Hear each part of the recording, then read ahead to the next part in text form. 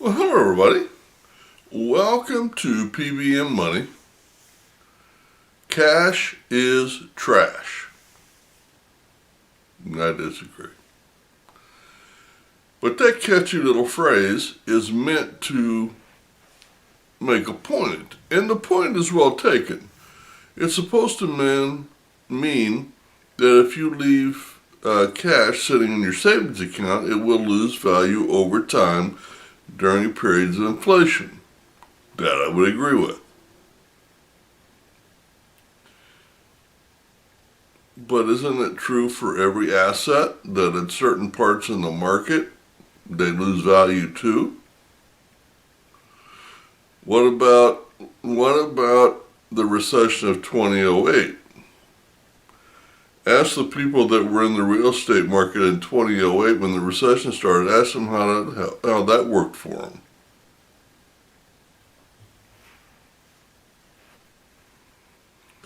What about stocks in 2008? Same deal. And the stocks, same deal. But bonds went up.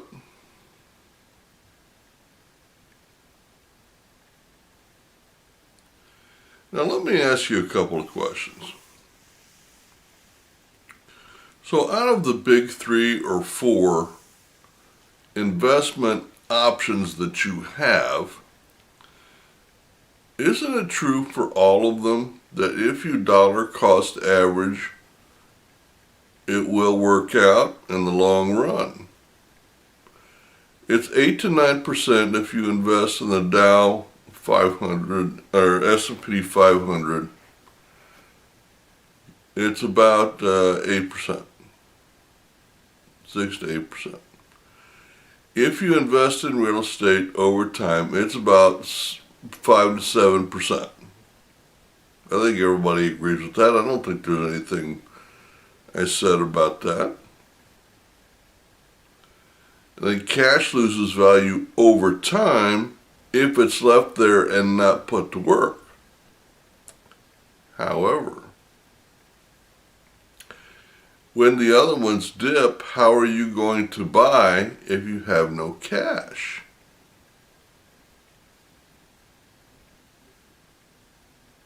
So to buy into this notion that you have to be all invested up so that your cash doesn't disintegrate is a false narrative.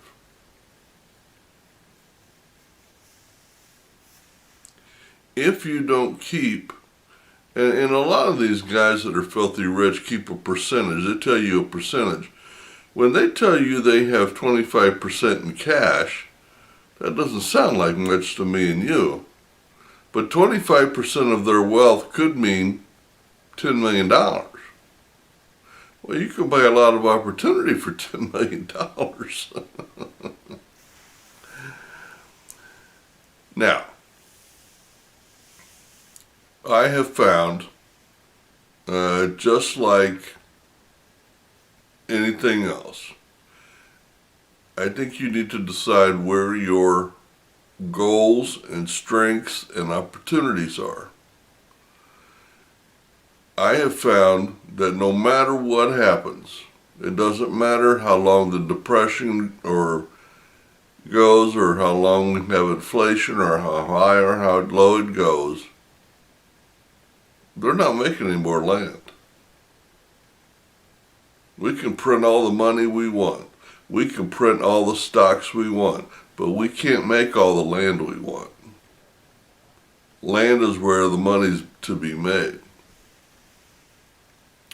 However, that does not mean that you have to be all in on real estate, because if you do that, then you're missing opportunities like right now in the stock market. Now, if you're a savvy investor and you keep a percentage of your wealth in cash, that everybody's calling trash right now. But if you would take that, and you don't even have to buy individual stocks right now. Right now would be a great time to go buy the S&P 500. Just buy a stock fund. A dollar cost average into that. Now, all the investors are whining and crying because inflation is eating away at their real estate. And they're talking about their value. Now, that may be true. But here in the Midwest, that's great for me, because as inflation goes up and the value of the real estate goes down, guess what goes up? The rents.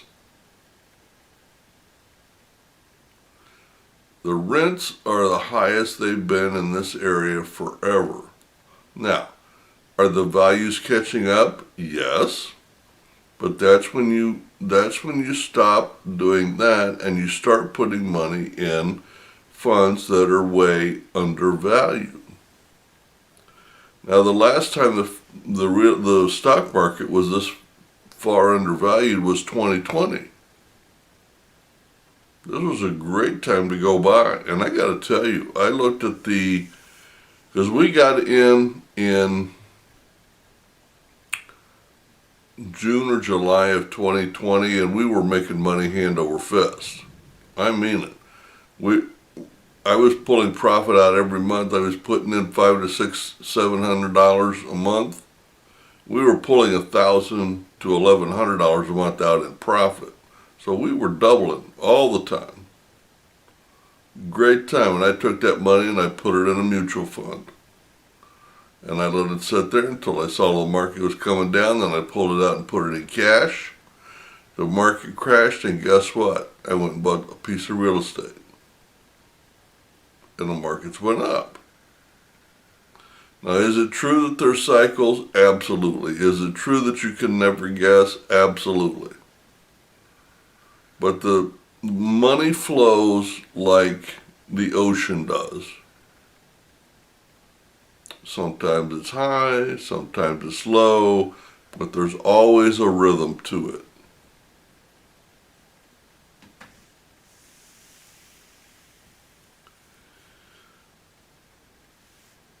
Now, inflation is going up, and I agree with that. It's the highest it's been in a long time. Last number I heard was 8.3 or something. It's going to be now. It's 8.3. Last month it was 7 point something. That's pushing the value of real estate up. It's pushing the value of the market down, pushing cash down,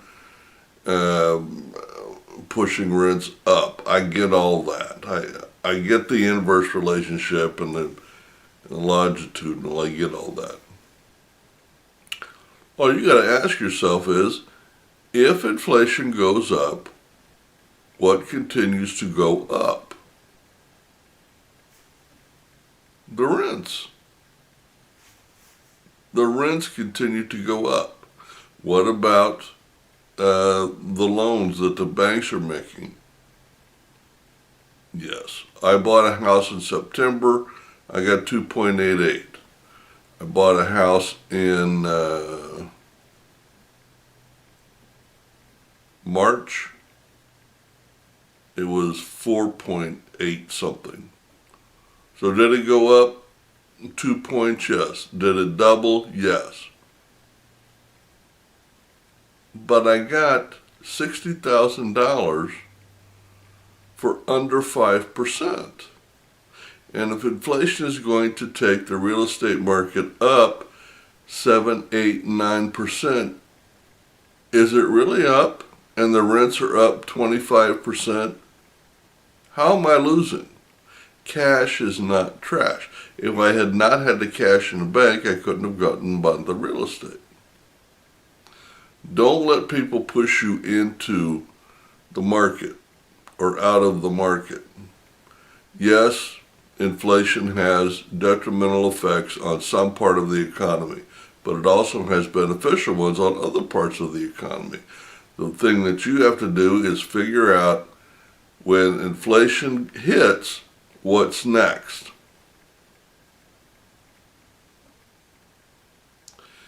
Inflation hit, the stock market went down. The stock market went down, loan rates went down. Cash went down. Real estate went crazy. And even though it was hard to find, and even though it was hard to find a deal, and even though it was hard to get the financing, once you got it, that's a great investment. That'll turn 7 to 8% easily for the first several years, and your rents are 25% higher. How did you lose? And you had cash.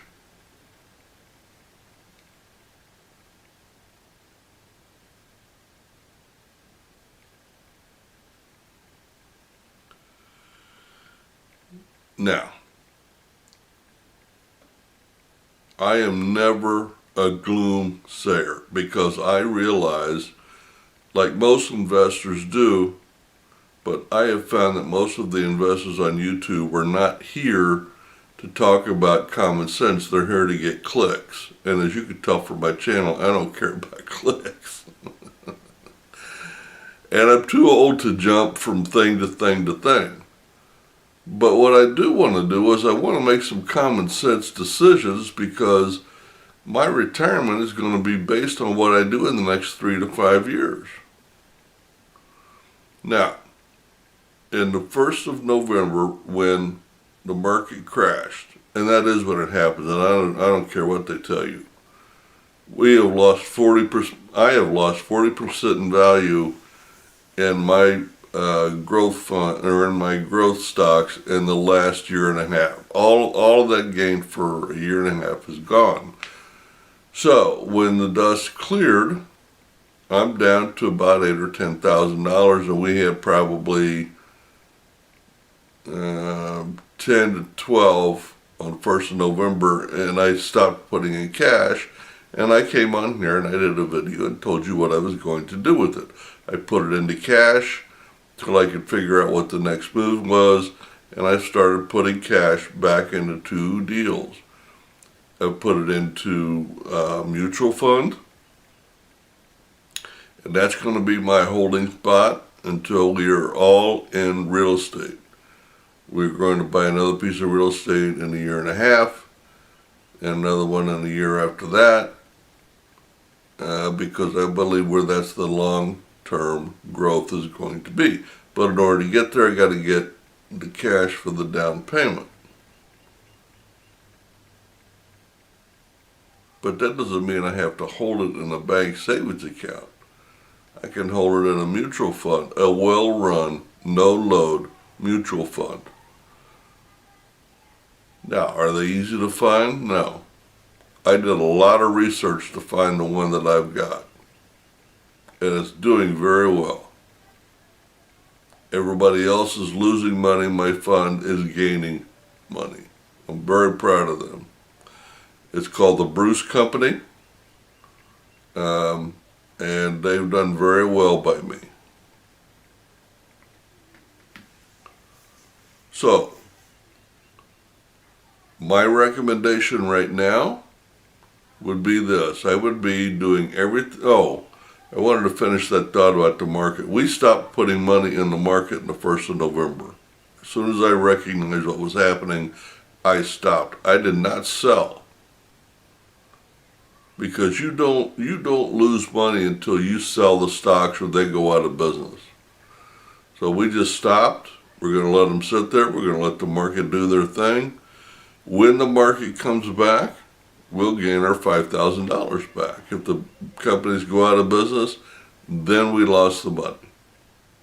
But for right now, on paper, I'm down probably, 40-some%.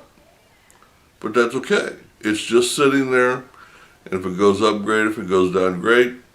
But our goal continues. We're just moving it from the market. We were heavily in the market.